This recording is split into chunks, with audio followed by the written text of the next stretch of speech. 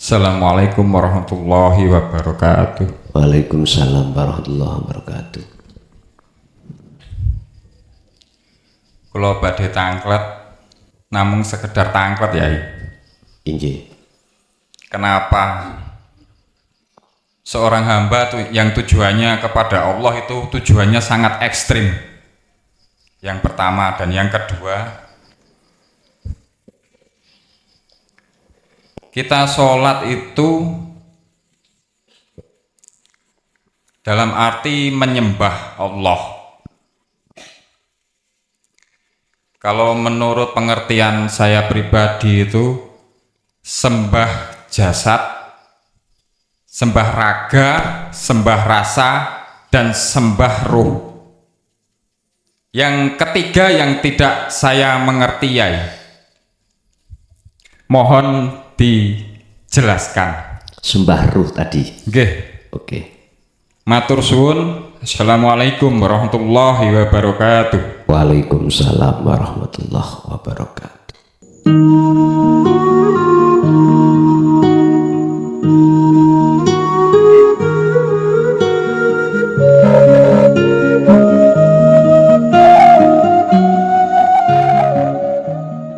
Puji syukur kita panjatkan ing ngersane Gusti Kang Maha Dumadi, di mana kita pada kesempatan malam hari ini lama kita tidak berjumpa gitu. Alhamdulillah malam hari ini kita ditakdirkan Allah masih berjumpa di wilayah Tuban. Tiada lain kecuali semuanya hanyalah karena maunah, semua karena fadlnya Allah, semua karena anugerah Allah.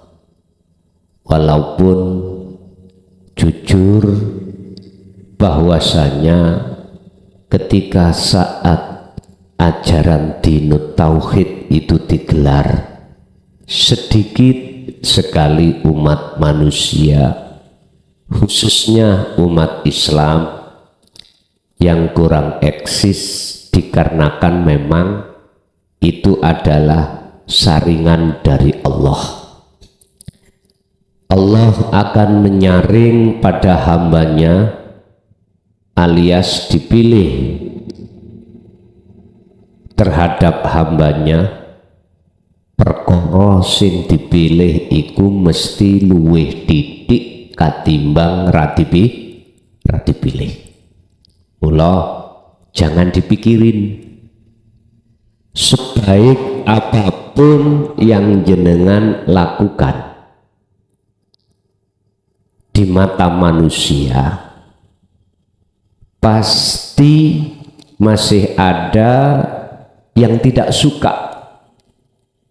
Terus mengapa jenengan pikirin?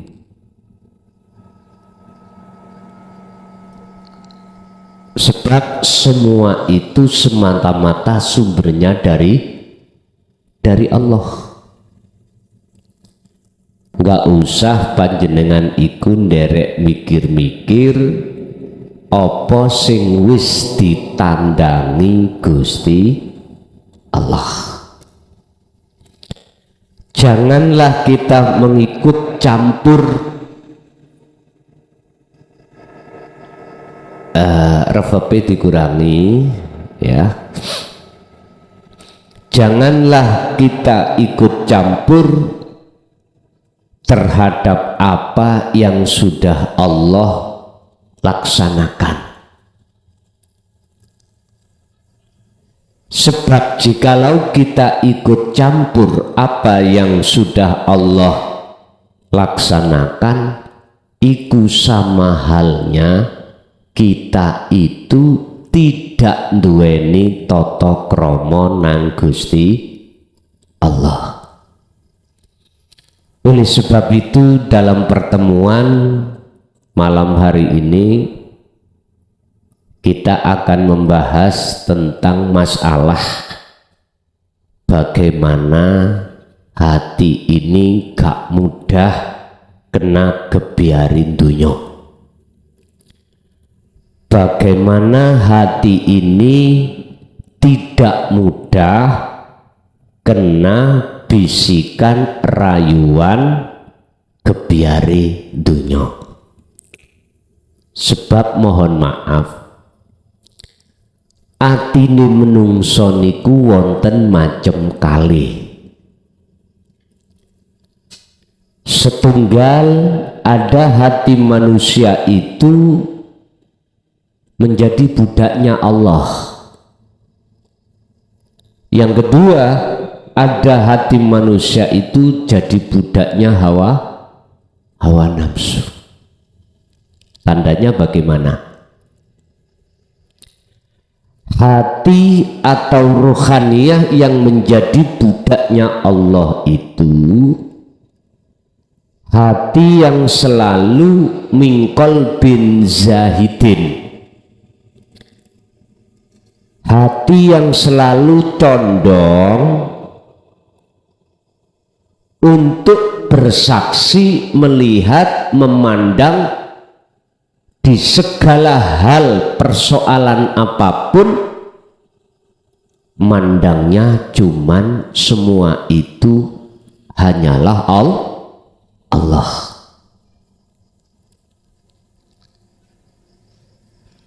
Bapak Ibu, ketika saat hati sudah di wilayah seperti ini, maka inilah hati yang tidak mudah kena gebiar pengaruhnya dunia. Berarti yang dimaksud dunia itu apa? Ya selain wujudi Allah. Yang kedua, hati manusia itu mingkol bin rohibin, jadi budaknya hawa nafsu. Tandanya bagaimana? Hati yang selalu condong, bersaksi, beriman di dalam segala aspek masalah apapun, hati itu selalu beriman pada makhluknya. Sumber persoalan itu tekone songko makhluk. Ketika hati condong dan beriman, munculnya persoalan itu dari makhluk, itulah Pak, hati yang gampang, hati yang mudah kena gebiare dunya. Sehingga ketika takdir qadhi ikut datang, takdir yang tidak jenengan kali kula sebagai manusia disukai ikut Allah datangkan, mesti hati niku amarah, ngap-ngap wonten mawone, pawanas, akhirnya dendam, hasud, dan lain sebagainya. Inilah neraka sebetulnya itu. Mohon maaf, tapi tatkala takdir yang Allah hadapkan terhadap kita itu perkara pasti disukai oleh kebanyakan manusia, enak, maka di situ jenengan mesti si ono rasa takut, khawatir kelangan perkara sing enak. Contoh niki, jenengan dihadapkan Allah menjadi orang yang kaya raya. Anda nggak bisa mensyukuri atas apa yang Allah titipkan, nggak bisa. Mesti jenengan iki takut jadi orang miskin. Umpama jualan takut bangkrut. Iya. Anda yang menjadi pejabat pasti takut kehilangan jabatannya. Loh, rasa takut, rasa khawatir inilah salah satu tanda kalau hati kita masih jadi budaknya hawa nafsu. semua amaliyah yang kita lakukan, baik ketika saat ibadah murni atau tidak murni, habitat a'maluhum wa malahum min nasirin. Jelas fit dunya wal akhirah, ditolak Allah. Sholati ditolak, zakati ditolak, poso hajine, maca Qur'ane dan lain sebagainya. Karena apa? Karena hati ini Bapak Ibu tidak menghadap wajhiyah, ini wajah tu wajhiyah, tidak, tapi menghadap as-samawati wal ardo, isine langit lan isine bumi, berarti makhluk. Salat kita hati menghadap surga, menghadap pahala. Saya gak usah ngomong karena ingin dipandang orang, tidak. Hati menghadap makhluk yang berupa surga dan pahala, atau sholat kita karena itu batolat, ing mungguh Gusti Allah iku ditolak. Boten ing mungguh menungso lho Pak, boten ing mungguh Gusti Allah. Karena apa? Karena kita tidak menghadap sesungguhnya pada Allah yang sebenarnya, tapi kita menghadap Allah sing kawe. Ngerti Allah kawe? Ya makhluk iku, berupa surga, pahala, atau pingin dipuja orang pun. Bapak Ibu, ada juga kita itu karena punya status kita menjadi tokoh agama, tokoh masyarakat, dihormatilah kita banyak umat. Masalah namai mendapatkan nama lakop, nama julukan. Ya. Mana letaknya kalau hati ini menjadi budaknya nafsu? Mingkol bin rohibin. Ya. Karena kita pasti akan takut kehilangan pengaruh.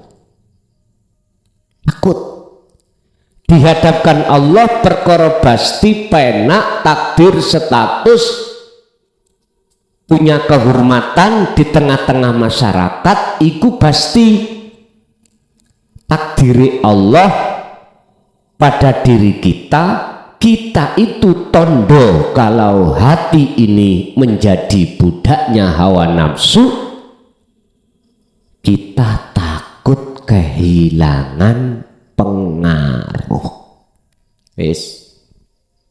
Siapapun kita, nggak pandang bulu Pak.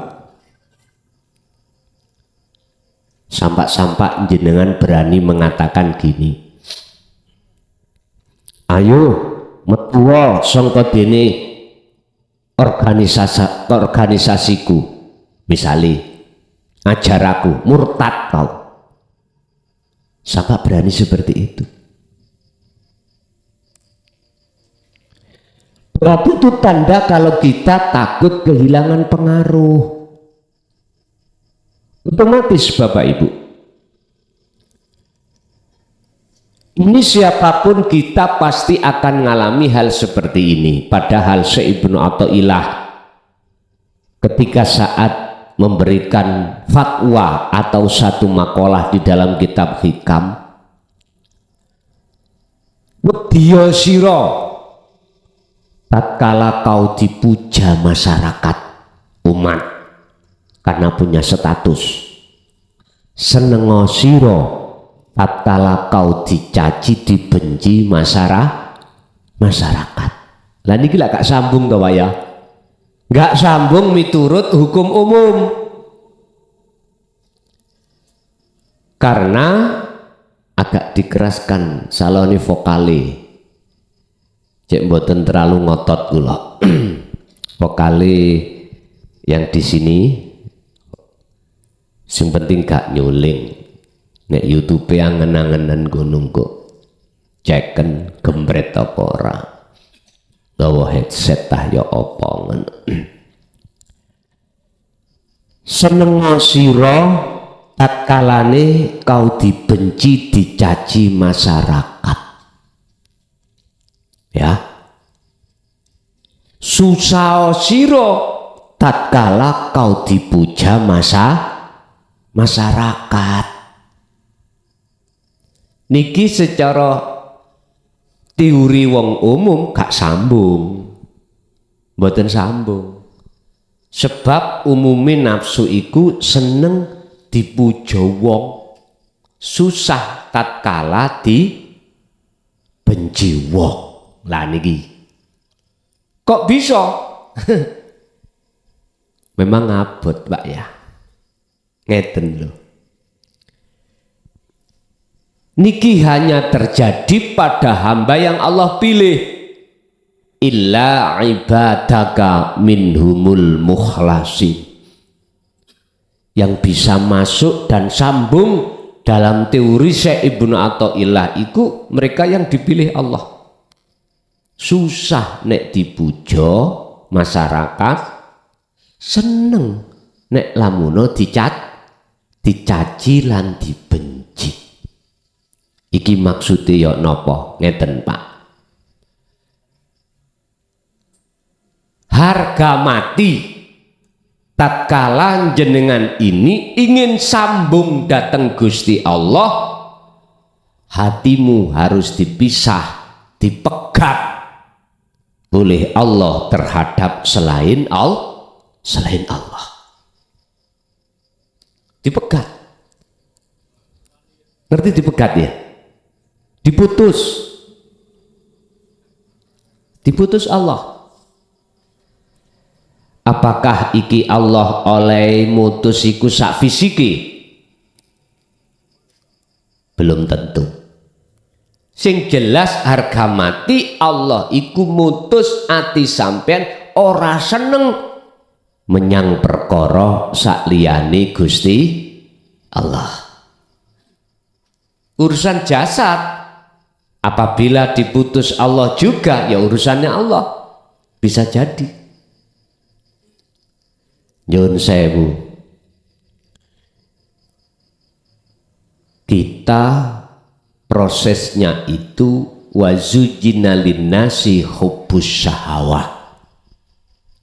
Sebelum kita kenal Allah, kita itu hati ini mesti mensukai, mencintai terhadap selain Allah. Tumpuan hati kita pada makhluk, wes semua. Penghadapan hati kita, tawajuh hati kita mesti terhadap makhluk. Bapak Ibu, ini semua diri kita sebagai manusia. Bapak Ibu, dan ini siapapun akan mengalami. Sebelum kita ketemu kenal Allah yang sebenarnya, otomatis kita itu masih bersukaria terhadap selain Allah. Dan inilah kita posisinya disebut sebagai budaknya hawa nafsu. Nyun sewu, iblis yu gak wedi balas ambek wong ahli sholat Pak. Blas gak wedi. Iblis iku mboten wedi blas ambek wong hafidah. Mboten takut. Iblis iku gak wedi balas ambek wong sing alim ilmune apapun. Mboten takut. Kok iso? Iblis niku Bapak Ibu sebelum diusir Allah dari surga ke dunia, luwih alim katimbang para malaikat. Ibadah iku lebih tekun, sujute ora taulat daripada yang lain. Jenengan kali kula siket isok sujud 5 waktu ngono ae wis metwete nggih ya. Rumangsa luwih apik katimbang wong ning jaba ngono. Makanya iblis gak takut terhadap ahli ibadah, gak takut. Tapi sing ditakuti iblis adalah orang-orang, entah ikut dia ahli ibadah secara dohir, ahli maca Quran secara dohir, ahli kitab secara dohir, tapi hatinya itu selalu ingat pada Allah. Ini yang ditakuti iblis. Yang kula maksud, yang saya maksud ingat pada Allah itu mereka yang hatinya hanya terpaut padanya di segala aspek apapun. Dia sudah tidak lagi ngaku-ngaku. La yarawna li anfusihim syai'an. Apa yang muncul dan timbul dalam seluruh makhluk, dirinya sudah tidak beriman itu dari makhluk. Bal yusahiduna annal fa'ila wallahu ta'ala. Bahkan dia beriman, bersaksi segala muncul dari beberapa aspek apapun itu datangnya sumbernya dari Allah Subhanahu wa ta'ala. Ini yang iblis takuti. Walaupun dia tidak bisa membaca Quran, mohon maaf, walaupun dia nggak ngerti alif ba ta sa, walaupun dia tidak bisa membaca kitab, nggak ngerti hadis, mohon maaf, tapi hatinya selalu condong menyang Allah, selalu berzikir hatinya pada Allah. Ya inilah yang iblis takuti. Illa ibadaka minhumul mukhlasin. Seluruh hamba Allah ini iblis nggak akan takut kecuali mereka yang disebut oleh Allah sebagai hamba yang dipilih. Siapa hamba yang dipilih? Merekalah yang hatinya selalu terpaut bertajali hanya pada Allah. Rasa sing muncul ning jerone ati iki, iman yang muncul dalam hati ini akunya Allah, bukan akune makhluk. Inilah yang disebut tajalli itu. Longko Pak. Orang yang seperti ini longko. Ngertos longko nggih? Langka. Biasanya orang yang seperti ini, mohon maaf, di tengah masyarakat itu gak dianggap wong, dikucilkan masyarakat. Biasanya seperti itu. Lah, mengapa dia itu kok senang jikalau dicaci atau dibenci masyarakat? Karena dengan bencian itulah menjadikan hati sampean akan tahu mana yang hak dipuja, mana yang batil dipuja. Nuduhke bahwasannya kita sebagai makhluk sifati iku ino, boten mulya. Itu mempelajarkan terhadap kita bahwasanya kita ben gak muncul rasa rumangsa mulya. Lho ngoten lho. Makanya dibenci. Lah yang menjadikan masyarakat membenci jenengan ini karena Allah. Memang Allah sengaja seperti itu supaya jenengan kali kula niki boten kemrungsung, ati iki boten kedunungan rumangsa mulya. Sebab ilmune, sebab anake, sebab bojone, sebab dunyane, biar enggak seperti itu. Loh, berarti ada masyarakat yang membenci jenengan iku bentuk rahmati Allah yang khusus terhadap hamba yang dicintai Allah. Bon, satu. Nomor dua, mengapa jenengan iku kok dikongkon susah tatkalane dipuja masyarakat? Bapak Ibu, utawi sekabai puja dan puji iku lillahi mung kagungane Allah. Tatkala jenengan dipuja oleh masyarakat, kok jenengan iki ning ati, mohon maaf, dadi budake nafsu, mesti seneng. Tapi nek ati sampean dadi budake Gusti, mboten seneng, karena pujaan masyarakat itu tidak seharusnya pada kita, pujaan masyarakat seharusnya hanya pada Allah Subhanahu wa Ta'ala. Ini letaknya Pak Bu, mengapa jenengan nek dipuja masyarakat dikongkon susah, iku sebabe pujaan masyarakat itu salah panggonan. Ngoten lho niki. Nyuwun sewu. Iki pembelajaran terhadap kita sebagai murid terhadap guru. Guru sampean sapa kalih kula? Allah. Kita laksana sebagai muridnya. Masyarakat mestinya mujoy nang ni guru, gak nang murid, gak nang makhluk.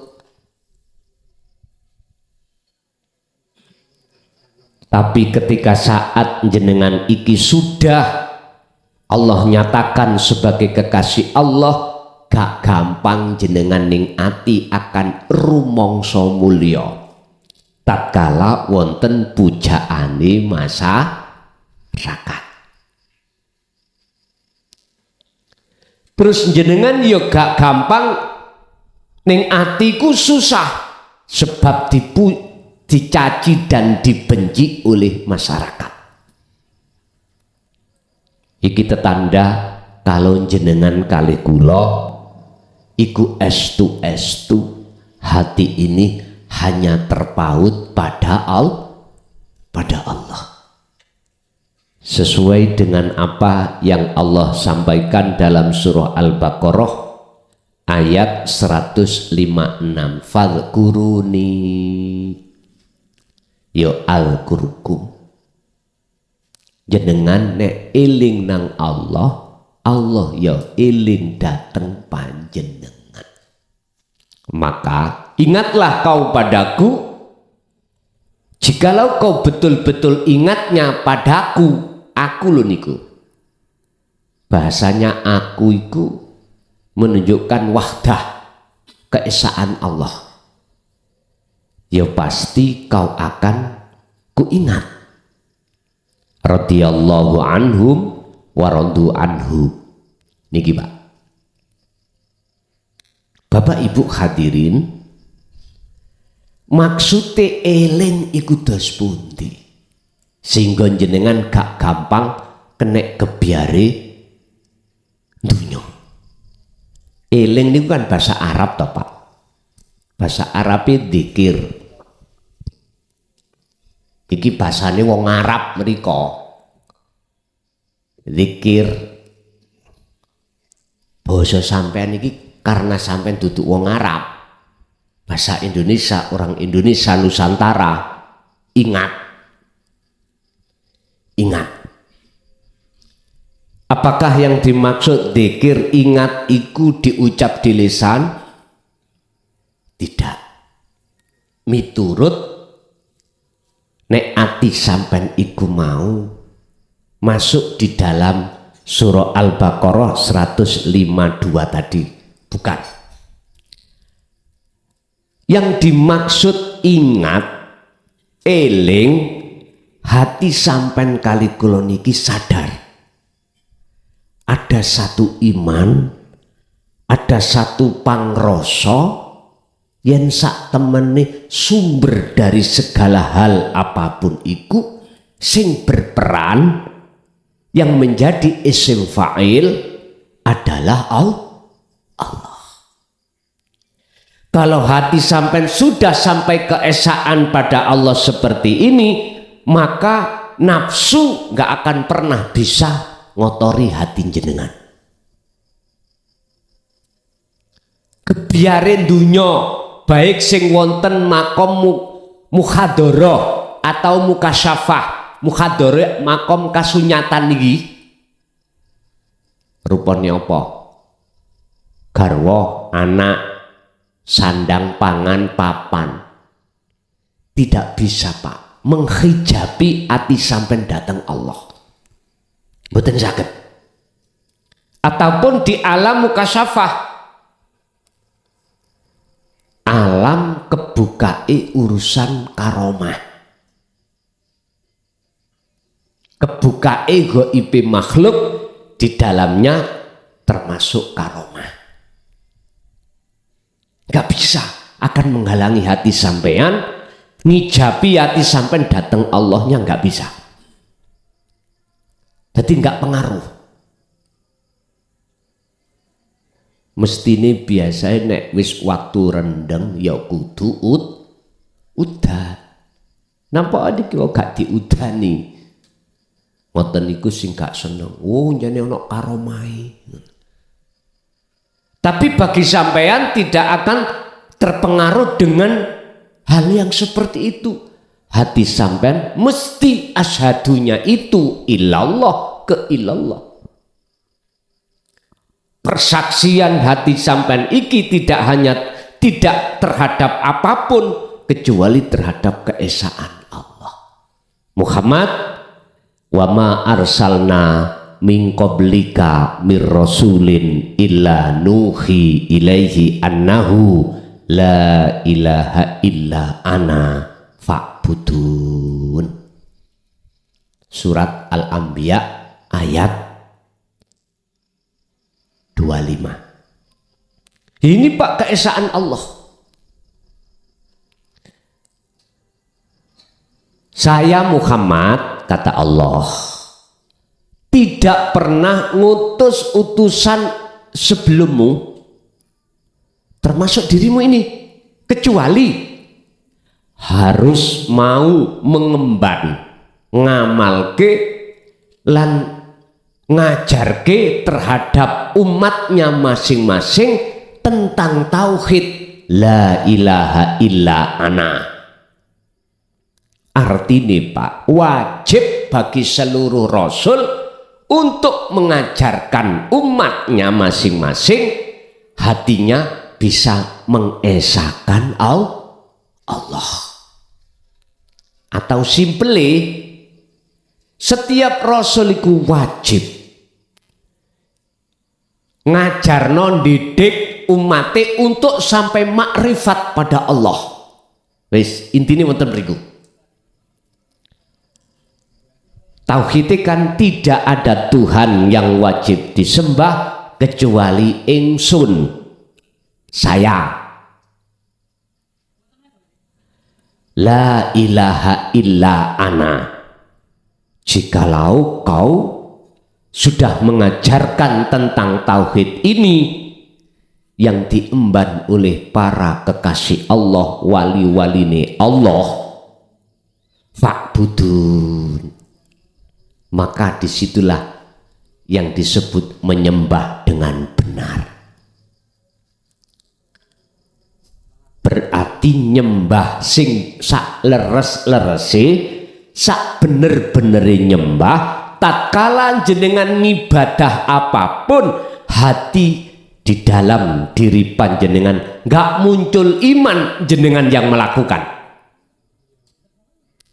Justru ning ati sampean mengisbatkan, menetapkan, muncul rasa ihsan, muncul rasa iman sing ihsan, muncul rasa dalam diri sampean bahwasannya yang bisa melakukan semua adalah keesaan Allah. Berarti jenengan fana terlebih dulu rasa keakuan diri, baru muncul rasa keakuane Gusti Allah sing iso agawe. Berarti inilah Pak yang disebut fa'budu hadza siratum mustaqim. Inilah jalan yang lurus. Inilah nyembah yang seperti inilah yang disebut jalan yang lurus. Dzalika dinul qayyimah. Kalau kita bicara agama, maka inilah agama yang lurus. Wama umiru illa liya'budullaha mukhlishina lahuddin hunafa'a wa yuqimus shalah wa yutuz zakah wa dzalika dinul qayyimah. Lho, nyembahe mung dateng Gusti Allah.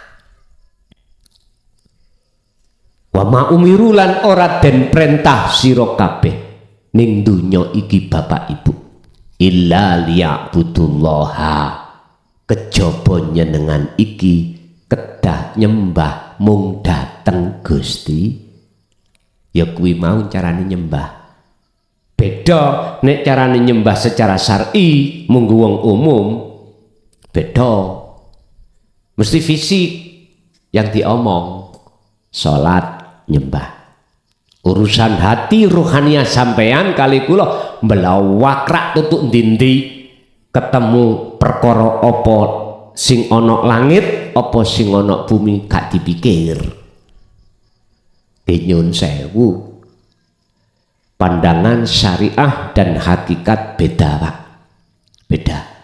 Pandangan tauhid yang ada di syariah thariqah dengan yang di hakikat makrifat juga berbeda. Nek cara syariat ngomongno bab masalah jasmani, nek cara hakikat ilmu tauhid membahas rohani. Sebab menungso iku ya ana jasmani ya ana rohani. Tergantung kita memandang dari kacamata syariat apa hakikat. Nek syariat iku gandengane ambek thariqah, sepeda iku mesti gandengane ambek dalan. Hakikat mesti gandengane ambek makrifat. Tujuan apa hakikat itu? Tujuan itu gandeng ambek nyatane tujuan sampai pada kekarepan.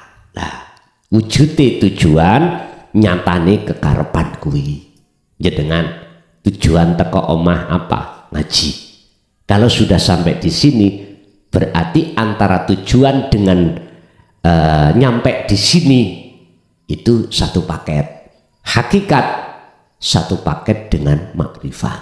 Pun tergantung kita itu pakai kaidah syariat apa hakikat mandangnya tentang masalah ibadah, yaitu tadi saya ulang, mandang ibadah menyembah pada Allah yang benar secara kacamata hakikat adalah ruhaniyah. Jatuhnya kita tidak ngaku, justru yang muncul ihsan dalam hati sampean itu adalah sedawaya apa wae sumbere sangka Gusti Allah. Bapak Ibu hadirin jemaah rahimakumullah, berarti ati gak gampang kena kebiarin dunya hanya satu, sing gelek ati sowan hubungan bicara eling nang urip, eling nang Gusti Allah. Wujudi Gusti Allah ya hidup di dalam dan di luar panjenengan itu. Iku kuncinya Pak. Muhammad, wadhkur isma rabbika bukrata wa asila wa minal laili fasjud lahu fasabbihu lailan tawilan. Al-Insan 2526. Muhammad, pagi, sore, bengi, atimu tetap hubungan ambek aku. Jogonen hubungan atimu ambek aku dengan apa? Berzikir. Walaupun secara fisik kau menghadapi beberapa makhluk corak macamnya. Ada makhluk sing dadi pengikutmu. Mesti dhek muja awakmu, ojo terpengaruh awakmu. Ojo terpengaruh. Mereka memang diproses. Memang mereka saya proses, kata Allah, untuk mengenal diriku lewat ajaran sing kok gawa iku Muhammad. Awalnya memang koyok-koyok pujaane nang awakmu. Awakmu ojo terpengaruh atas eksisnya senenge umat sing ngikuti awakmu.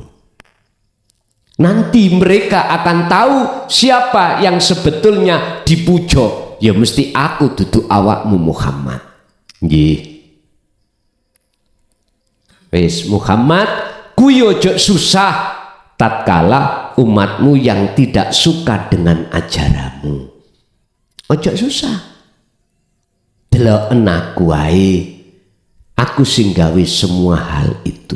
Hatimu jangan terpengaruh dengan apapun yang menjadi pengikut atau yang tidak mengikuti awakmu. Jangan terpengaruh kebiarin dunya iku.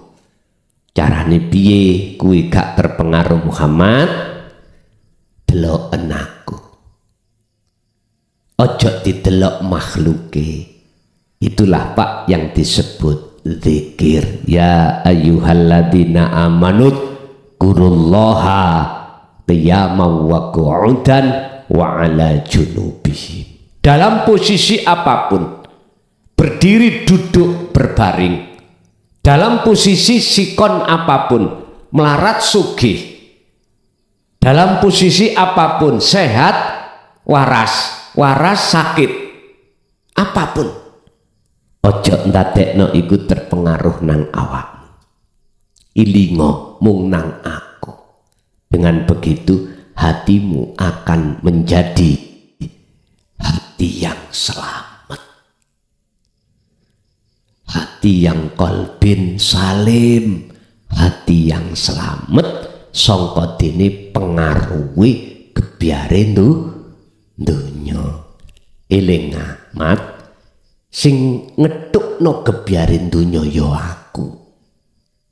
Niki lho Pak, jenengan apapun yang terjadi wajib hukumi menteladani Kanjeng Nabi. Urusan gak iso 100%, mbuh 50, mbuh 70%. Sebab seiring berjalannya waktu hati sampai terus ngecoki eling dikir nang Allah, aku yakin saya suwe lama kelamaan mutu kemakrifatan sampai datang Allah akan semakin membesar. Dan ini hukumnya dadi hukum sunatullah. Nyun sewu laksana wong nek terus mangan saya suwe ya saya warak. Nggih mboten? Warak. Saya suwe saya warak. Wong nek terus atine iki mau zikir, gelem zikir terus nang Gusti Allah, saya suwe tambah apik ati sampean ing ngersani Gusti Allah. Pun niki hukum sunatullah yang mesti terjadi. Nyun sewu, kalau kita bicara anugerah, wong iku sukanya itu pada umumnya anugerah Rahman. Anugerah Rahim ora patek gelem. Artinya orang iku pada umumnya suka kalau urusan dunia iku mewah. Wis pada umumnya urusan jasad. Padahal urusan dunia kan kebutuhannya wala tansa nasibaka minad dunya. Memang Pak Allah bersabda, di dalam surah Al-Qasas 77, urusan dunia bagiamu jangan kau tinggalkan. Memang iku jasmani, tapi kebanyakan wong nek wis kadung kesensem atine lho ya, bukan jasmani, atine mewahin dunia jasmani, mesti ati iku katut keseret, katut keseret. Padahal Gusti Allah miturut ayat itu yang didahulukan, wabtaghi fima atakallah darul akhirah, raihlah terlebih dulu apa yang Allah anugerahkan. Apa? Darul akhirah, hubungan rohmu langsung dateng Gusti ya lewat dzikir. Ini dicampakkan pada umumnya, Pak. Bahkan berani ngomong, dzikir terus gak nyambut gayo, gak mangan. Ngaten kadang-kadang ngaten. Wiridan terus ati, gak nyambut gayo, gak mangan. Sing penting ning donya iku the time is money. Nah, mongki apa money, Pak? Waktu adalah uang. Kata orang barat iku ngoten. Pak, miturut surat Al-Qasas tadi, Allah iku nganugrahno Ar-Rahim dulu. Iku darul akhirah. Kalau bahasa syariat, darul akhirah itu urusan akhirat. Bahasa hakikat, ya urusannya ruhaniyahmu, hubungan langsung pada Allah. Mana yang mau membahas masalah ini artinya? Jarang, Pak. Kecuali mereka hamba yang Allah pilih. Justru golongan kita secara umum, ketika saat hatiku bersukaria mewah dunya, sholat iku jarene hubungan langsung nang Allah. Lah ngoten nih, mboten saged. Sing iya ketemu bokong semok. Lho nggih jujur mawon, alimo kaya apa jenengan punya pengikut ribuan, nggak bisa, Pak, ketemu Allah. Nggak bisa. Karena apa? Allah sebutkan walladzina kafaru bi ayatillahi waliqaihi. Wong-wong sing atine ingkar, gak percaya tentang hubungan ruhaniyah darul akhirah pada Gusti Allah, otomatis wong iki waliqaihi, yo ingkar, gak gelem ketemu Gusti Allah. Ketemune bokong semok, bojo anak, isine bokong semok, bojo anak dunya brono. Iki jenenge bokong semot zaman bokong semok, nek cara Quran syahwatut dunya. Wis. Pertanyaan saya sebelum kula nanti ditakoki ya. Jenengan mungkin lak takon-takon. Nah, saiki kula takok. Kalau sudah seperti ini, kapan kita sudahi? Kalau hati kita tetap condong terhadap keakuan diri makhluk dalam kurung sebagai budaknya nafsu, sampai kapan? Ayo. Satu. Nomor dua, sisa umur kita tinggal berapa? Sudahkah kita pikirkan? Padahal wamin waroihim barzahun ila yaumi yub'atsun, kita ditunggu kematian.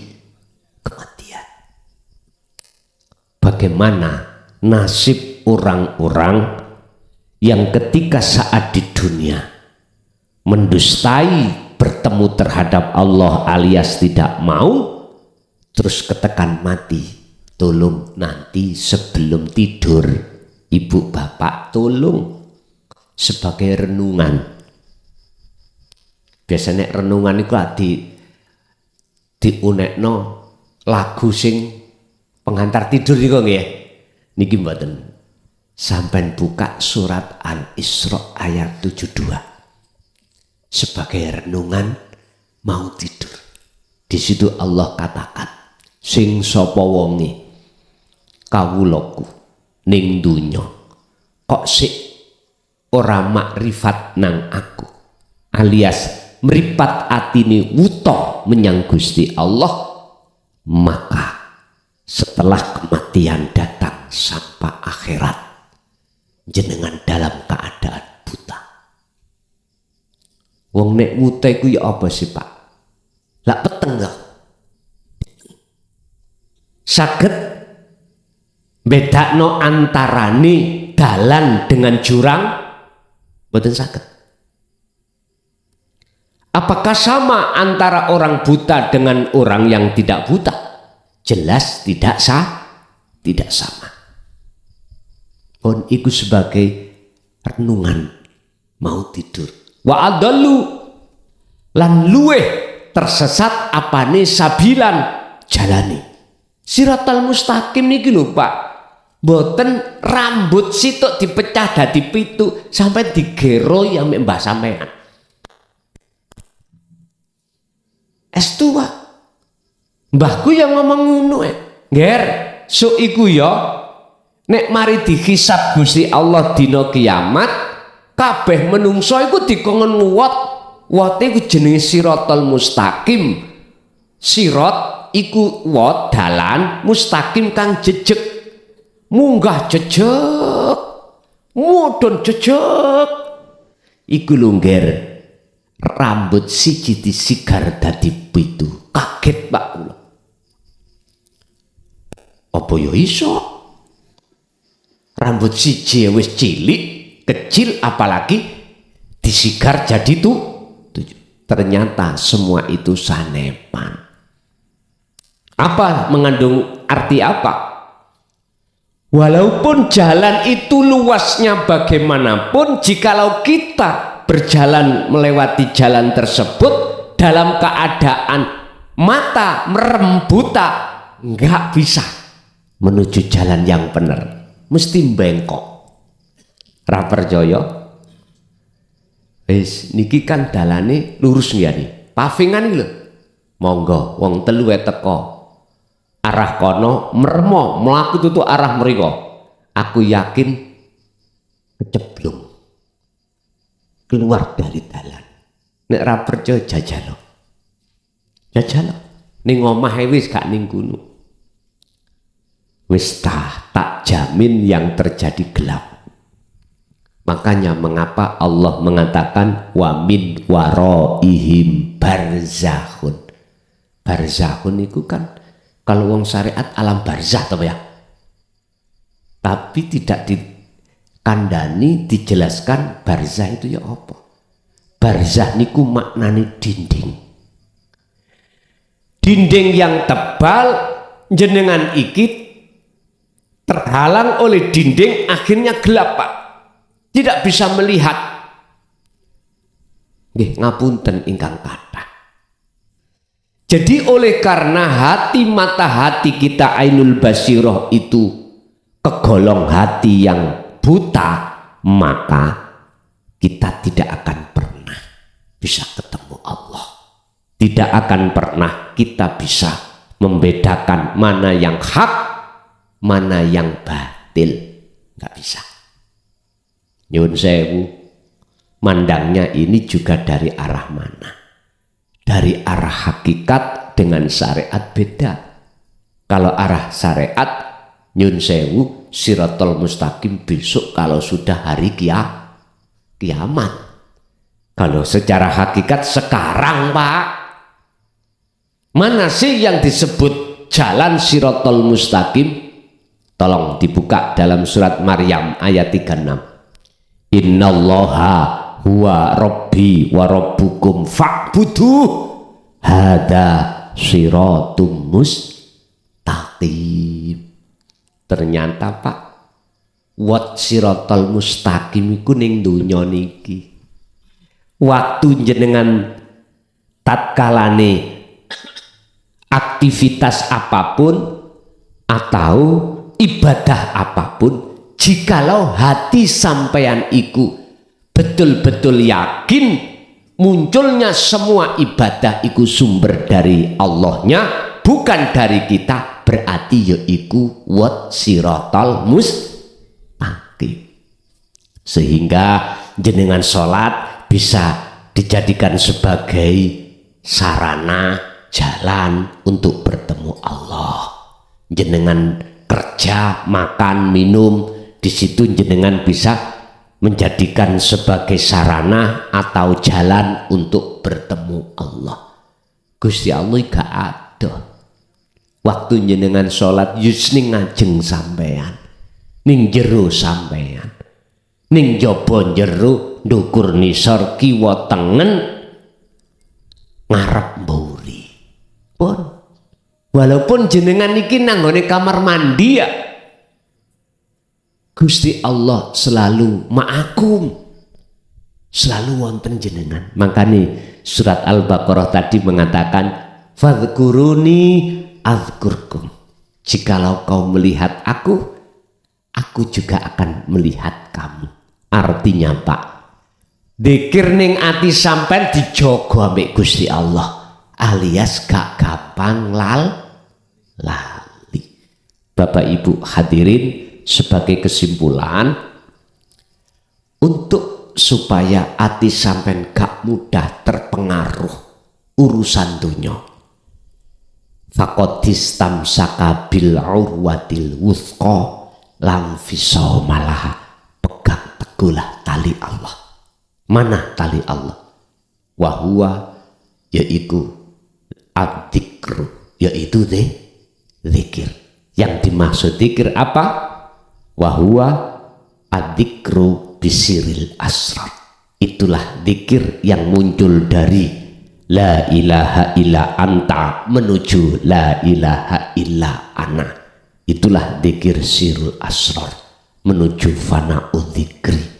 Itulah Bapak Ibu yang hati sampean iku merasa selalu dilihat Allah, yang akhirnya jenengan akan selalu yang melihat adalah Allahnya. Keakuan diri sebagai makhluk isine gambarin dunya ning ati sampean iki sampun diberseni dening Gusti Allah. Oke, mohon maaf kita mengagendakan jadwal waktu mulai dulu gak ketemu-temu ning Tuban niki. Wonten setunggal tahun Pak, lebih nggih.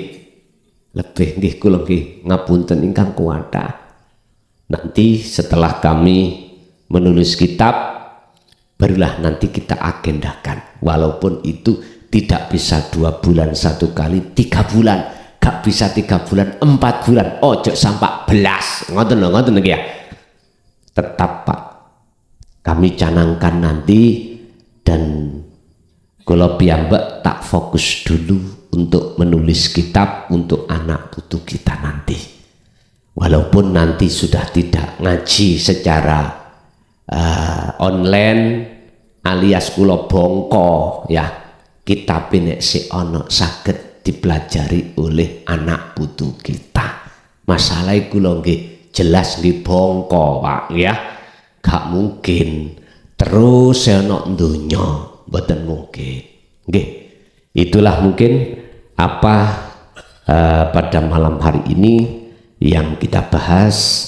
Untuk selanjutnya waktu season berikutnya tanya jawab, atau ada Mas Hayeh senior yang menambahi atas tema kita, hati yang tidak mudah kena kebiare dunya. Mekaten monggo kula aturi. Nggih. Assalamualaikum warahmatullahi wabarakatuh. Waalaikumsalam warahmatullahi wabarakatuh. Kula badhe tangklet, namung sekedar tangklet ya. Injih. Kenapa seorang hamba yang tujuannya kepada Allah itu tujuannya sangat ekstrim? Yang pertama dan yang kedua, kita sholat itu dalam arti menyembah Allah. Kalau menurut pengertian saya pribadi itu sembah jasad, sembah raga, sembah rasa, dan sembah ruh. Yang ketiga yang tidak saya mengerti, Yai, mohon dijelaskan. Sembah ruh tadi. Nggih. Oke. Matur suwun. Assalamualaikum warahmatullahi wabarakatuh. Waalaikumsalam warahmatullahi wabarakatuh. Memang Bapak Ibu, sholate wong ahli syariat, ahli thariqat, ahli hakikat itu beda. Mungkin bisa dibuka dalam kitab Sirul Asrar karangan Syekh Abdul Qadir Jilani. Di situ ada penjelasan tentang sholati wong sarengat, wong thariqah, wong hakikat. Yang ditanyakan adalah yang nomor 3, sholatnya ruh, nyembah ruh itu yang bagaimana? Idfin niki biar jenengan cetok. Idfin mendemo siroh. Ini nanti akan masuk di dalam sholat yang nomor 3 tadi, nyembah yang nomor 3. Wujudaka ing wujud ira makhluk. Mendemo sira kabeh he makhluk atas kewujudanmu. Di mana? Fi ardil khumuli, ing dalem bumi khumul. Bumi khumul iku bumi kefanaan. Intine ketika jenengan sholat, lepaskanlah rasa keakuan kita baik jasmani maupun rasa kemakhlukan itu dilepas. Lalu tanamkanlah, kalau kau sudah melepas rasa tersebut, keakuan diri, itu sama halnya jenengan ibarat ngencepno wene jagung ning tanah. Nandur nih lho Pak, menanam dincepno. Tukule mungkin mesti api. Kalau Pak Tani itu ketika menanam jagung, tadi didamel dadar jagung, pawedes njajalo, enak gak ngantuk. Jadi dulur-dulur Tuban itu senengane pedes, nek Mojokerto senengane manis, langsung meripat, langsung mboten ngantuk, tak jajal siji gak wani nerusno. Samar kuwet dimencret. Masalah ngoten biasa iku lho niku, nek kepedesan wis moprot-moprot. Pak Tani beda, ketika nandur jagung itu hanya diuncal-uncal tok, jukule mboten sae. Kalau diencep nih ini iku mesti sae. Artinya apa Pak? Jikalau jenengan purun mendem iman rasa keakuan diri makhluk yang melakukan, nanti akan muncul aku nih Allah, muncul yang baik. Artinya di dalam hati sampean iki setelah kefanaan keakuan diri makhluk pasti akan muncul akunya Allah.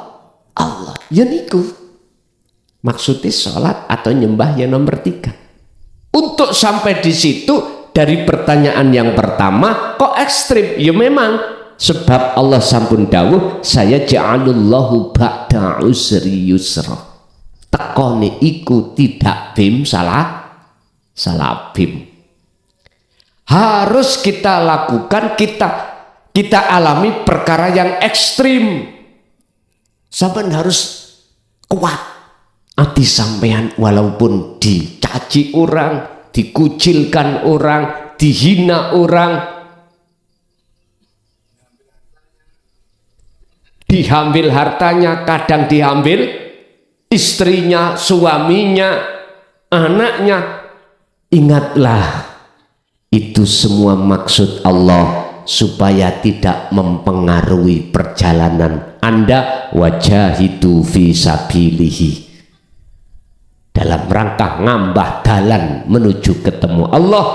Allah sengaja memutuskan tidak hanya secara batin, kadang juga diputus dengan dunia secara zahir.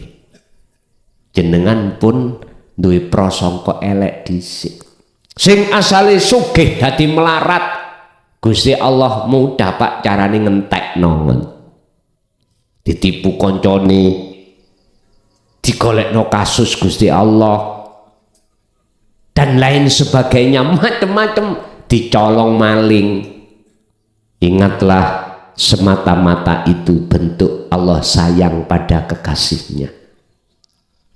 Tapi bagi orang yang gak sadar, muring-muring sing duduk kekasih Allah, muring-muring. Nggih Pak, subhanallah. Itulah perbedaan antara musuh Allah dengan kekasih Allah. Seperti itu. Surat Yunus ayat 6263 Allah katakan, ala inna awliya Allah la khaufun alaihim walahum yahzanun alladzina amanu wa kanu yattaqun.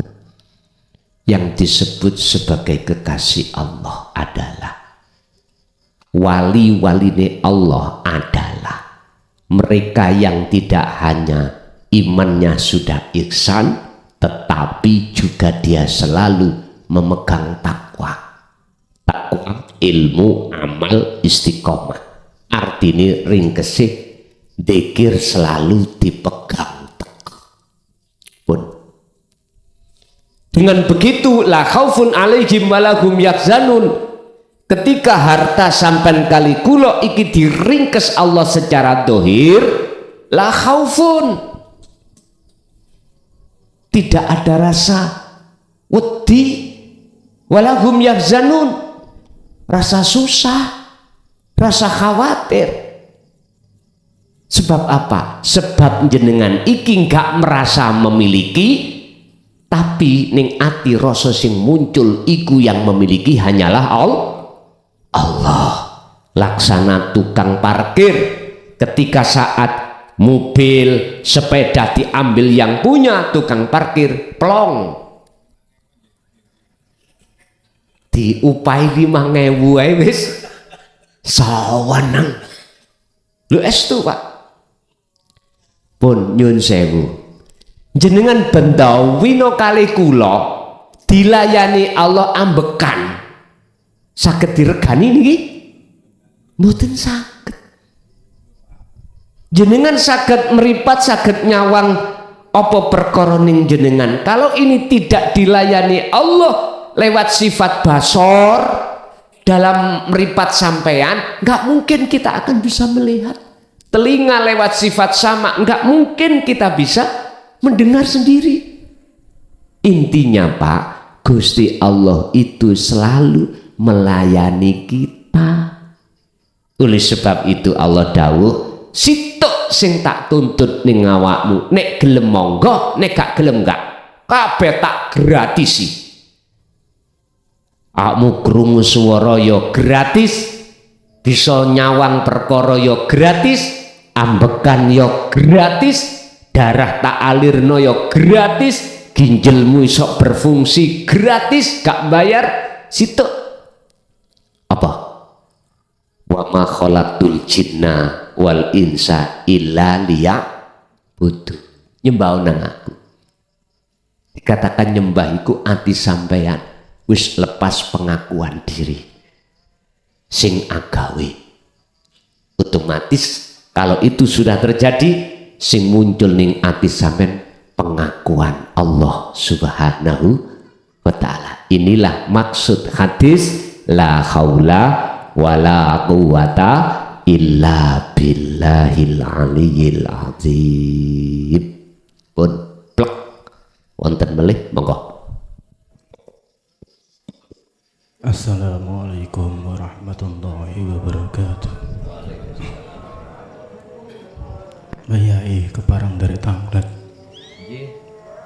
kenging nopo sedanten utawa kawula Gusti Allah ingkang sampun kagungan titel kinasih niku dipun timbali kinasih niku kiambake mboten kersa malah duka namung cekap semanten angsal kula tanglet Panggil kinasih niku napa, Pak?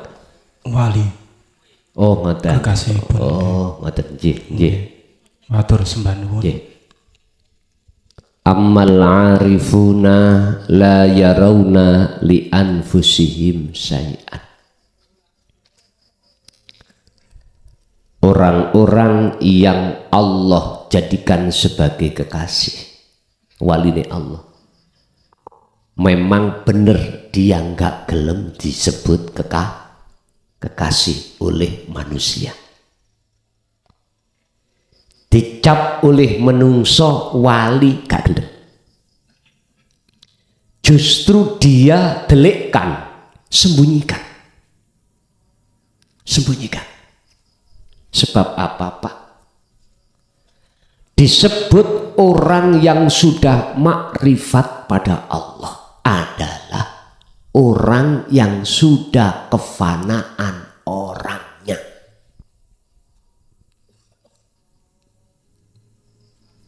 Bingung betul? Betul. Orang yang sudah kefanaan orangnya, orang itu dikatakan sudah kembali ahad. Aslinya kita semuanya kan nggak ada toh, Pak. Halo Bu, pun ngantuk deren? Asalnya kita itu kan nggak ada, asal lo ya. Allahu khalaqakum. Adanya kita karena diadakan oleh yang ada, Allah. Makanya ayatnya Allahu khalaqakum, utawi Gusti Allah iku khalaqakum, ndadekake sapa Allah kum ing sira kabeh. Berarti kita itu asale itu tidak ada. Ketika saat diadakan, mohon maaf, disitulah kita tidak paham. Nafsu mendorong terhadap diri kita. Kalau kita dipaksa untuk merasa kalau kita itu punya sifat ada. Kalau hati itu sudah terkuasai oleh bisikan nafsu merasa ada, kita sebagai manusia, maka mesti kita akan merasa di aspek apapun. Yang sholat, mesti kita merasa kita yang sholat. Zakat, mesti kita merasa yang bisa zakat kita. Puasa, haji, dan lain sebagainya. Padahal inna sholati wa nusuki wa mahyaya wa mamati iku lillahi rabbil ngalamin. Itu jelas. Allahu khalaqakum wa ma ta'malun, dan apa yang muncul dan timbul pada diri makhluk, geraknya apapun, penglihatannya, pendengarannya apapun, wa ma ta'malun, semua itu bersumber datangnya dari Allah. Siapapun jenengan kalau sudah betul-betul kembali ke asal, berarti jenengan telah kefanaan jenengan sebagai makhluk, maka nyatalah yang wujud. Siapa? Allah Subhanahu. Makanya beliau mboten purun disebut sebagai waliullah oleh manusia lain. Karena apa? Karena sifat kemakhlukannya itu sudah tiada. Allahu waliyul ladina amanu yukhrijuhum minal zulumati ilan nur. Mereka itu dalam posisi terang benderang di dunia, apalagi di akhirat. Karena apa? Karena hatinya selalu condong pada Allah di segala hal, aspek apapun. Bapak Ibu, alasan yang kedua mengapa beliau itu nggak mau dipanggil kekasih Allah atau waliullah, bahkan dia singitan, sembunyi, menyembunyikan kewaliane. Yang kedua, alasannya adalah mohon maaf, karena nggak pantas makhluk itu nyandang makrifat. Sebab sing nyandang makrifat itu ya Allah sendiri, yang bisa bertemu dan yang melihat kepada yang wujud itu hanya yang wujud sendiri. Oleh karena dia sudah terlepas dari sifat Adam, sifat tidak wujud, maka dia nggak berani mengatakan aku bisa melihat Allah. Enggak. Sebab apa mungkin perkara yang tidak ada bisa melihat perkara yang ada? Nggak mungkin. Yang bisa melihat yang ada itu yang ada sendiri. Berarti sederhanane sing disebut wong sing makrifat adalah yaiku wong pertama yang sudah kefanaan dari makhluk. Kedua, yang disebut wong sing makrifat adalah yaiku atine sing nyawang Allah, bisa nyawang Allah, iku Allahnya sendiri. Nggih, begitulah Pak. Tapi ono Pak wong sing ngaku-ngaku wali. Diomongno ning jaba. Aku sing iso nyafaati awakmu. Kuwi nek gak hormat nang aku ya gak dapat syafaat. Wis iki jelas keliru teko Quran. Urusan jenengan percaya yang sana, percaya yang Quran ini, monggo sak kersa. Sebab Rasulullah sampun disuruh Allah dawuh di dalam surat Al-Kahfi ayat terakhir, kul innama ana basarum mithlukum. Artine Muhammad ngomongo kuwi nang umatmu. Isine ngomong, isine dawuh adalah aku iki padha be awakmu makhluke. Ojo nyembah aku, ojo muja-muji aku, tapi pujilah sapa sing tak pujalan tak puji. Ini Rasulullah. Sehingga aku diparingi wahyu oleh Tuhanku, sing tak puji siapa? Ilahukum ilahu wahid. Itulah Tuhan yang Maha Esa. Ya iki sing iso nyafaati. Dudu aku. Sebab aku ambek awakmu makhluk. Apa iso makhluk siji nulung makhluk liyane? Ora iso. Malakum dzarraw wala naf'an. Tidak bisa. Memang ketika saat Allah meletakkan syafaatnya terhadapku nitipno untuk awakmu, seakan-akan Rasulullah itu bisa syafaati, tapi asli syafaat iku milik Allah. Kul katakan Muhammad, lillahi ku tetep kedue Allah apa asyafaatu utawi syafaat pertolongan jami'an kelawan sekabehane. Kabeh tentang pertolongan itu hanya milik Allah. Padha mbek air degan iki lho Pak. Nek jenengan ngelak ngombe air degan, ngelake mesti ilang. Sampeyan ndelok makhluke air degane sing iso ngilangi. Padahal iki makhluk. Padahal innallaha ala kulli syai'in muhit, sesungguhnya Allah meliputi atas segala hal sesuatu termasuk air degan. Allah kasih syafaat terhadap air degan seakan-akan degan iku bisa menghilangkan rasa tapi asli ini adalah Allah. Tergantung kita memandang dari sisi mana. Terserah jenengan iki mau percaya nyembah nanggone Gusti Allah asli atau Gusti Allah KW. Tahu KW nggih? Mintasi niki lho Pak. KW. Nyun sewu. Gusti Allah asli iku disebut Ahad, tunggal. Nek tunggal berarti tidak ada yang lain. Nek jenengan golek Gusti Allah KW, kawadah Pak. Kawadah. Kula niki sampai eling tatkala kula niku didukani ambek Mbah Khozin. Kula iki didukani, "Son, Gusti Allahmu iku wakeh. Tapi Gusti Allah ku iku Ahad." Ngeten niki nek gak paham bingung Pak. Gitu? Umumnya Gusti Allah itu Ahad, tapi kok nuduh aku nyembah nang Gusti Allah wakeh. Ternyata Pak Yun Sewu, tatkala saya beriman yang bisa menghilangkan rasa haus itu adalah air, maka Gusti Allah ku air.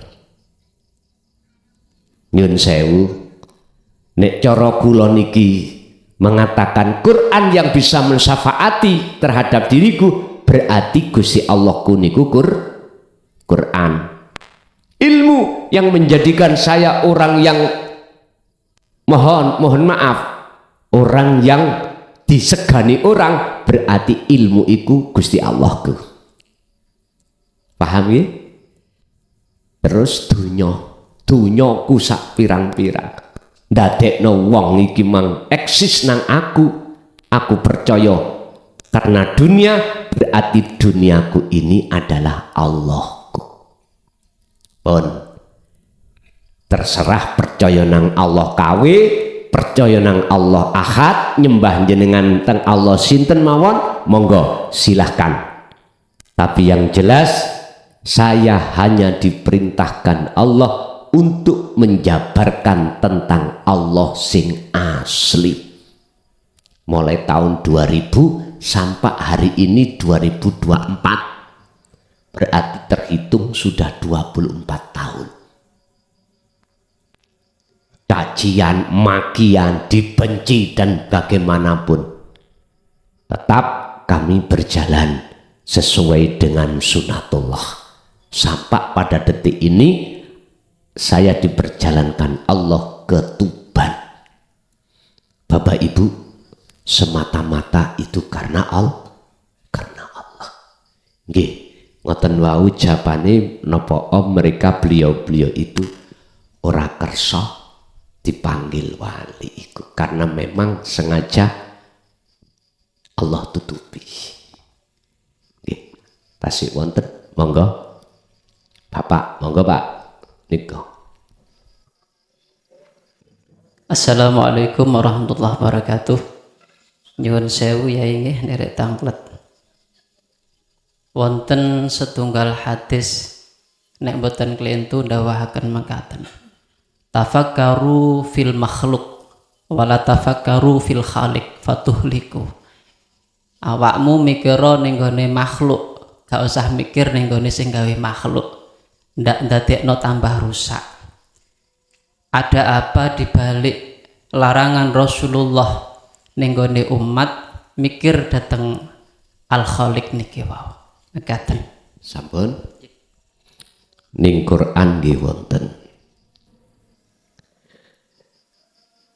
Muhammad, ketika kau ditanya tentang roh, jawablah roh uku urusanku. Berarti Nabi Muhammad nggak punya hak untuk membahas tentang roh. Langaten nggih? Oke. Dimanapun makalah, baik secara Quran maupun hadis, di samping wonten maksud muhakamah, pasti ada maksud mutasabihah. Artinya, di di samping mempunyai pengertian secara jasmani, uga juga secara rohani. Di samping pandangan secara syar'i, pasti ada pandangan secara hakiki. Memang hadis tersebut benar, Pak. Benar. Sebab jikalau akal sampai yang dijadikan mikir urusan kholik, pedot kami. Sebab bukan tempatnya. Pikiran gegawenani, ojo kok pikir sing gawe. Jikalau jenengan mikire dengan akal tentang dzati Allah, rusak Pak. Gak kena. Secara jasmani akal kita. Tapi ingat, kita itu disebut insanul kamil. Tidak hanya Allah kasih yang namanya akal, tidak hanya Allah kasih namanya jasmani, akan tetapi ada ruhani. Lah, ruhani ini yang dijadikan sebagai tafakkur terhadap Allah. Ruhani itu siapa sih? Lah ini panjang kalau kita urai sampai jelimet. Nyun sewu tentang sejatine rohani iku sapa sih? Niki Pak, kalau kita bahas mulai dari la ilaha illallah, naik la ilaha illahua, naik la ilaha illa anta, naik la ilaha illallah. Umpami ditulis nyun sewu, petung segara banyu dadekno mangsi gak cukup. Dunia langit digelar sebagai kertasnya gak cukup. Wit-witan petung dunia dikumpulno didadekno pulpennya gak cukup. Itulah yang disebut sebagai Al-Qur'anul Qadim.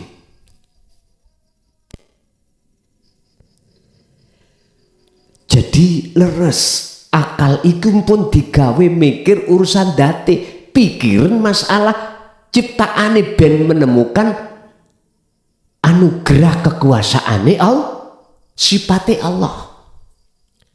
La ilaha illallah mengajarkan kita tauhid, siapa Tuhanmu? Hei wong Islam, namanya Allah. La ilaha illahua mengajarkan sifat-sifat Allah. Akhirnya jenengan paham anugerah atau paham kekuasaan Allah. Naik satu tingkat, la ilaha illa anta, tauhid mengajarkan tentang sopo sih asline sing duwe jeneng Allah yang disebut zat itu. Niki panggonane ning ati, mboten ning akal. Mula kula ngaji babakan tentang masalah hakikat. Nek sampean trimo akal, pedot Pak, akal niki mboten mampu. Harus sampean angen-angen nambe ati. Nek sampean angen-angen nambe ati, mongko mboten rusak. Justru iman sampean akan tertata menjadi ihsan.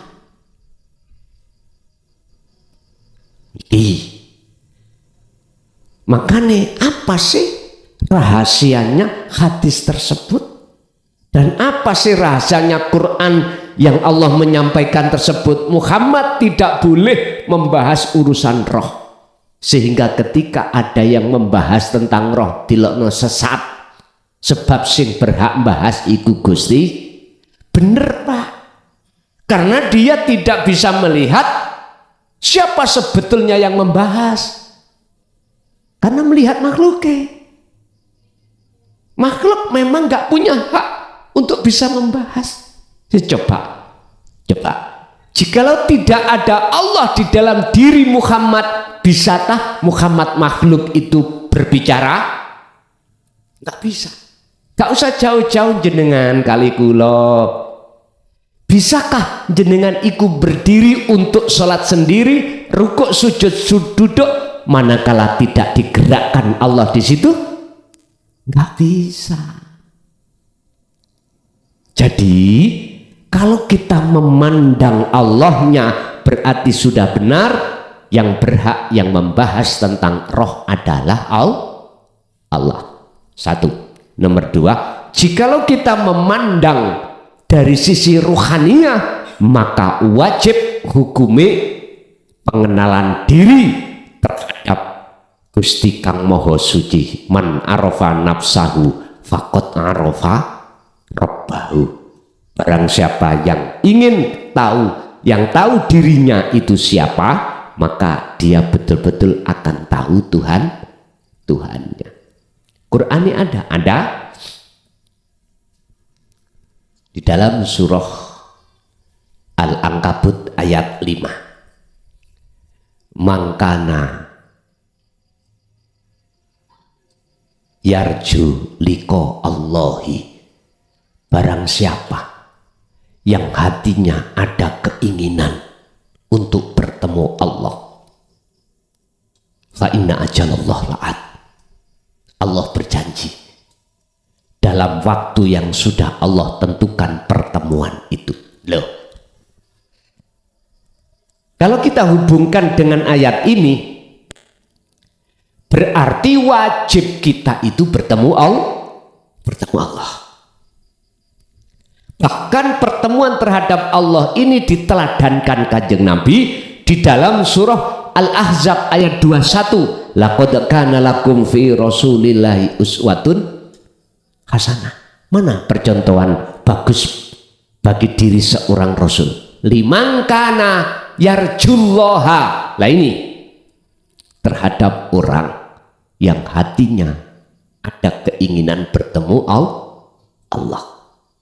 Wal yaumal akhirah, bertemu Allah di alam akhirat. Berarti di dunia ini ada alam akhirat. Syaratnya jenengan harus tinggalkan alam dunia, masuk ke alam akhirat. Artinya lepaslah keakuan makhluk dalam dirimu di segala aspek apapun, maka dengan sendirinya akan muncul keakuannya Allah. Itulah alam akhirat. Hal ini wadzakarallaha katsiran, dengan memegang teguh tali Allah, yaitu berzikir. Jadi Pak, hadis tersebut tolong jangan dipandang hanya kacamata syar'i atau tafsir muhakamah saja, tapi tolong pandanglah dari kacamata hakiki atau tafsir mutasyabihah, baru saged ketemu. Buktinya kalau toh itu nggak boleh, mengapa Allah menyerukan supaya bertemu Allah kita sebagai hamba? Nah, lagi di dalam surah Al-Kahfi ayat 110, wa man kana yarju liqa'a rabbih, barang siapa yang ingin bertemu Tuhannya, ada syarat dua, fal ya'mal amalan sholihan, wajib ati menjaga zikir. Artinya wonten mriku, fal ya'mal amalan sholihan iki laku bagus rohaniyah. Bagus si rohaniyah, laku datang Allah berzikir, yaitu nyembah. Yang kedua, wala yusyrik bi ibadati rabbi ahada. Gak boleh dalam hati sampean ada iman selain Allah ketika jenengan ngibadah apa saja. Maka masih ada, lanjut. Assalamualaikum warahmatullahi wabarakatuh. Rahayu. Ngapunten Gus, niki enten titipan pertanyaan saking rencang sing mboten dugi bek menawi penjawi ningali saking YouTube. Nggih. Beliaunya ini sudah berjalan di atas Sirul Asrar dengan istiqomah. Nggih. Di dalam mimpi beliau ini dipertemukan dengan salah satu tokoh dari Majapahit, yaitu Gajah Mada. Yeah. Cuman di situ beliau itu ukuran Gajah Mada ini ndak sama dengan ukuran kita yang ukuran manusia normal. Di situ beliaunya katanya temen ini tegap besar gitu, dengan panggilan Eyang Gajah Mada, cuman si tokoh Gajah Mada ini diam aja dengan mengasihkan pedang yang di luar ukuran normal, artinya besar, Gus. Cuman si teman ini asumsi dia kalau pedang ini ndak saya kecilkan, saya ndak akan bisa berbuat apa-apa. Akhirnya pedang ini dikecilkan dan diasah, disimpan sama beliaunya.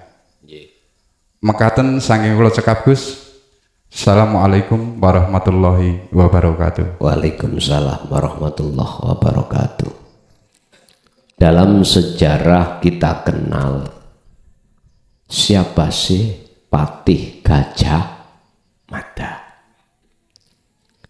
Itu kan salah satu tokoh Majapahit yang terkenal, orangnya itu ketot, gede, daur, gagah.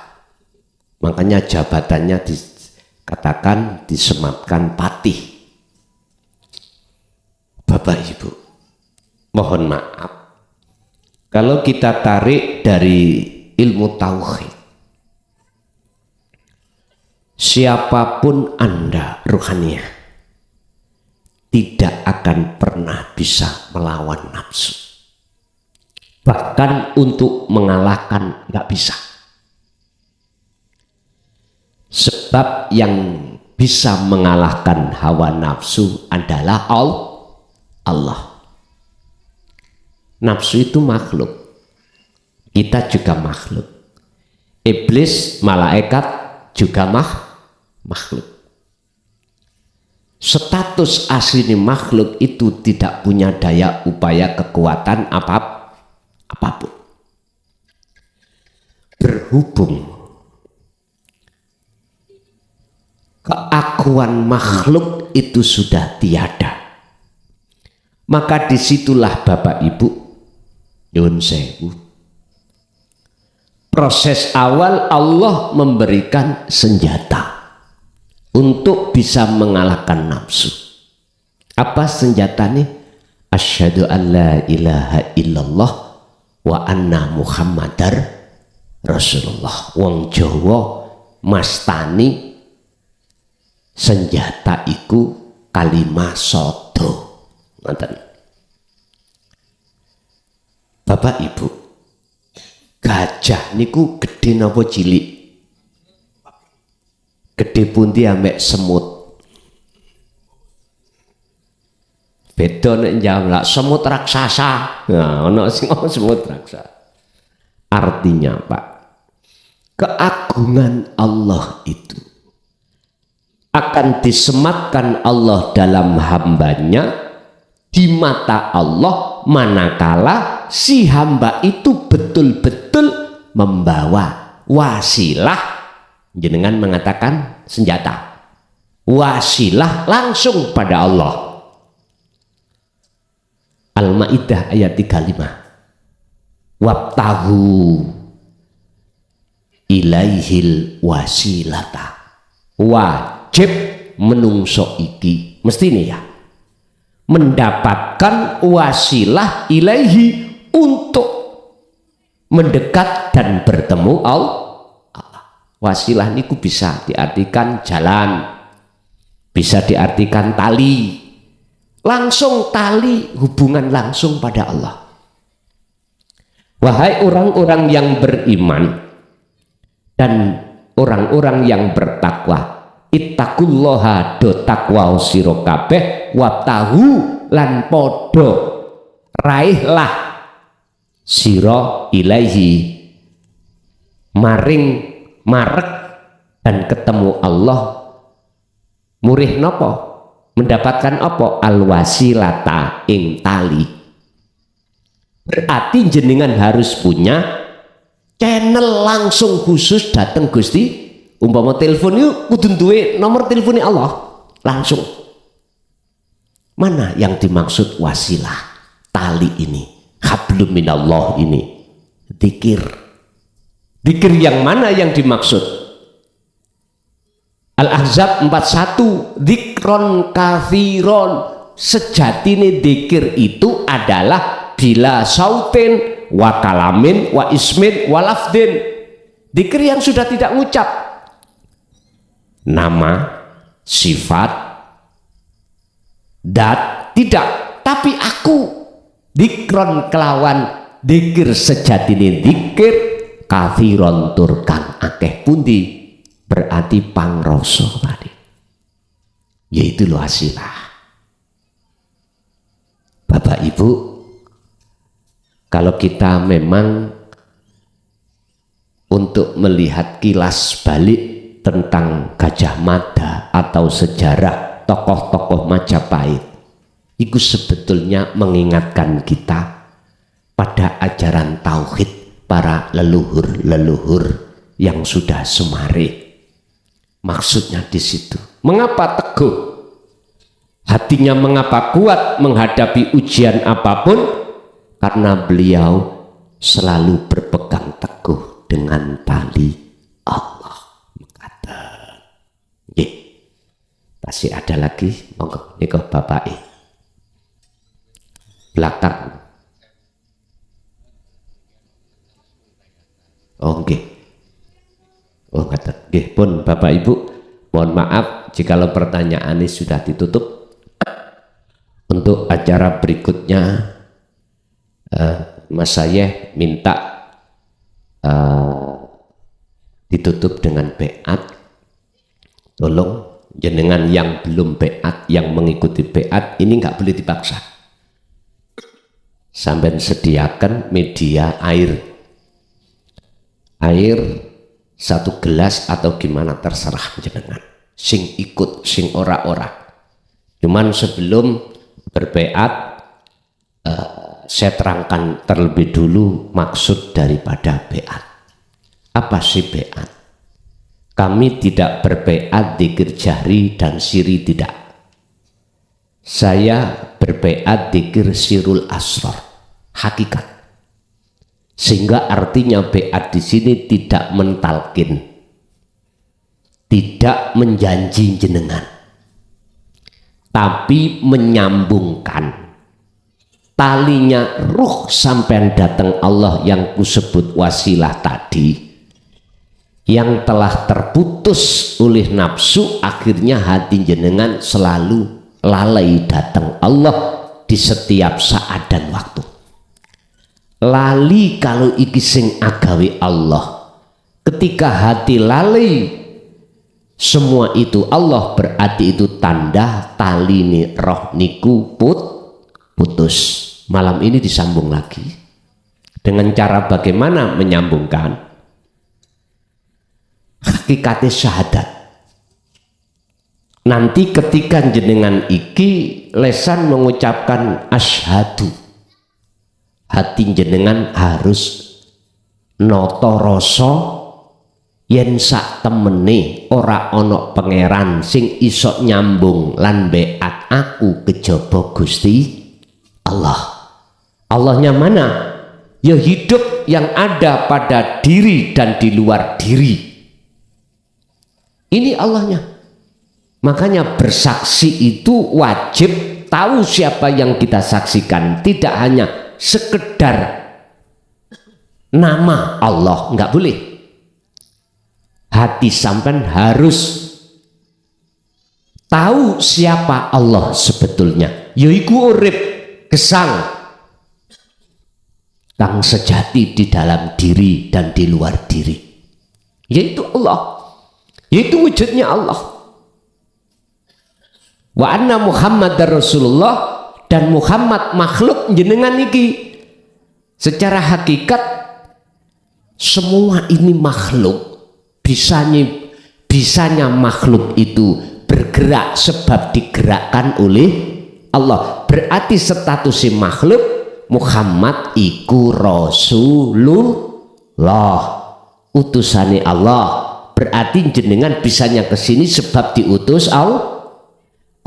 Kalau bahasa syariat berarti Muhammad iku ibnu Abdillah. Kalau secara hakikat seluruh makhluk. Anda bersaksi harus tahu Mana Muhammad? Ya nek zaman para sahabat, jenengan.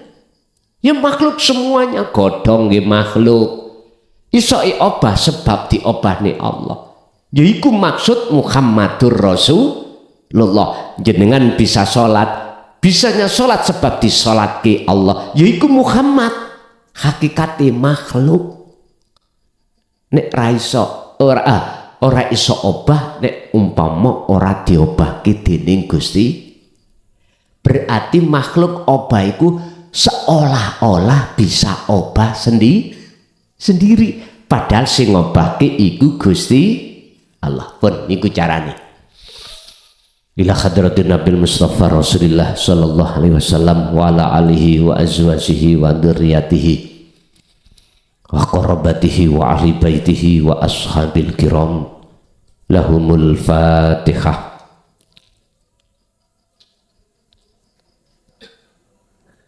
Wa ila jami'il anbiya wal mursalin wal awliya wa syuhada wa salihin wa tabi'ina salihina ila yaumiddin, khususan jami'i masyayikhi ila muntahum lahumul Fatihah.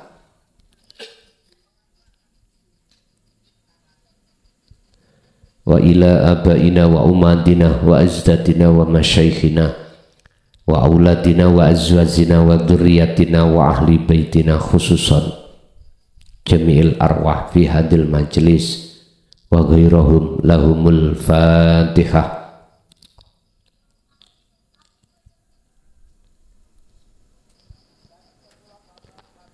Pun sampeyan derekake kula. Bismillahirrahmanirrahim. Astaghfirullahaladzim, astaghfirullahaladzim, astaghfirullahaladzim. Alladzi la ilaha illa huwal hayyul qayyum wa atubu ilaih. Allahumma shalli ala sayyidina Muhammad wa ala ali sayyidina Muhammad.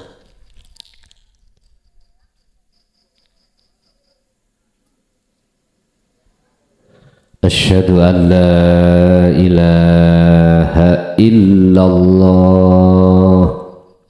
Monggo.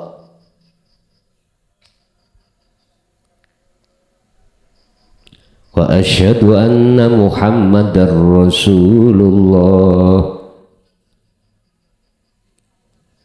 Saya bersaksi sesungguhnya tidak ada Tuhan yang wajib kusembah, yang wajib kupuja, yang wajib kupuji kecuali Engkau ya Allah, yaitu wujud adanya hidup baik di dalam maupun di luar saya. Dan saya bersaksi sesungguhnya Muhammad itu adalah utusan Allah, yaitu wujud seluruh makhluk menjadi perintah Allah. Saya tidak akan menyembah, memuja, memuji kecuali hanya padamu ya Allah, dan saya tidak akan pernah mati kecuali selalu bersamamu ya Allah. La ilaha illallah Muhammadur Rasulullah.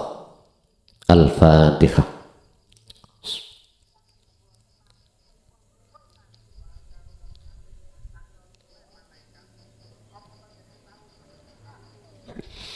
Pun sampean unjuk tuya sampean yang derek beat wau.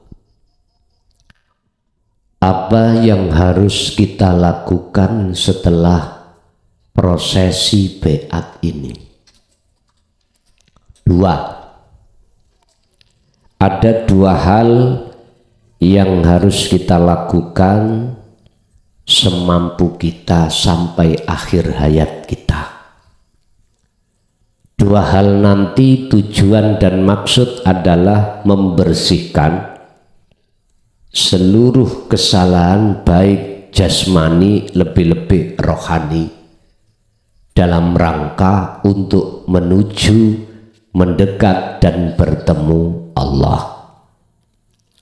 Dua hal tadi, pertama adalah khalwat secara ruhaniyah, bersuci diri dari iman selain Allah tadi. lalu beriman hanya pada Allah di segala hal aspek apapun. Ini namanya khalwat, dengan cara berzikirlah Anda 24 jam dengan semampu jenengan. Dikiri bagaimana? Ketika jasmani jenengan beraktivitas atau tidak, ngibadah murni atau tidak, hati jenengan harus memegang dzikir. Dzikir yang kumaksud sirul asror, prakteke jenengan harus pertama kudu wukuf kolbi dulu, hati harus mandek. Lalu hati merasakan kehadiran wujud Allah, yaitu hidup di dalam diri jenengan. Lalu jenengan beriman hanya dialah yang menggerakkan seluruh makhluk atau diri jenengan. Apabila hati sampean itu sudah sadar bahwasanya bukan jenengan yang bisa beraktivitas, yang beraktivitas semua itu sumbernya dari Allah, maka itulah zikir sirul asrar. Lakukanlah ini 24 jam, baik ketika di dalam sholat maupun di luar sholat. Ini namanya sholat daim, ini namanya khalwat, ini namanya uzlah, semampu jenengan. Memang proses awal itu tiba tangi, jatuh bangun, rapopo. Walaupun jatuh jangan putus asa, terus lakukan dzikir itu. La tatruk, Ibnu Athaillah dalam kitab Hikam dawuh, ojo kok tinggal adzikra ing dzikir. Li adami khuduri kama Allahi bihi, walaupun dzikirmu itu belum sampai khudur ketemu Allah, dzikir sirul asr tetap peganglah. Bon, itu pertama. Kedua, urusannya dengan jasmani. Tadi rohani, hati. Sekarang jasmani. Lakukanlah 3 hal di dalam jasmani. Pertama, yang nanti disebut riyadhah. Kalau roh disebut wal azkar, biro-biro dzikir khalwat tadi. Jasmani riyadhah, birriyadhati wal azkar. Jasmani sampean iki mesti punya dino weton. Weton lho Pak, ngeros weton iki. Artinya setiap weton jenengan puasa dengan maksud dan tujuan niate mertobat nang Allah dari semua kesalahan yang pernah kita lakukan. Posone sami kados poso Ramadan, tapi bedane buka sahure empun dahar makanan yang unsur hewani, ojo dimakan. Yang kedua, mulai hari ini sampai akhir hayat, apa makanan dan minuman yang diharamkan jangan pernah masuk, karena kita proses pembersihan diri dari kesalahan. Yang ketiga, terakhir, kalau jenengan mampu jogonen hadas kecil dan hadas besar, batal wudu, batal wudu, batal wudu. Jikalau jenengan tidak mampu di antara 3 hal tadi, jasmani tadi ya, poso wis gak kuat, ojo maneh sedina go setugel beduk gak kuat, sak jamne gak kelebonan panganan, wetengku muyek-muyek, ora usah poso.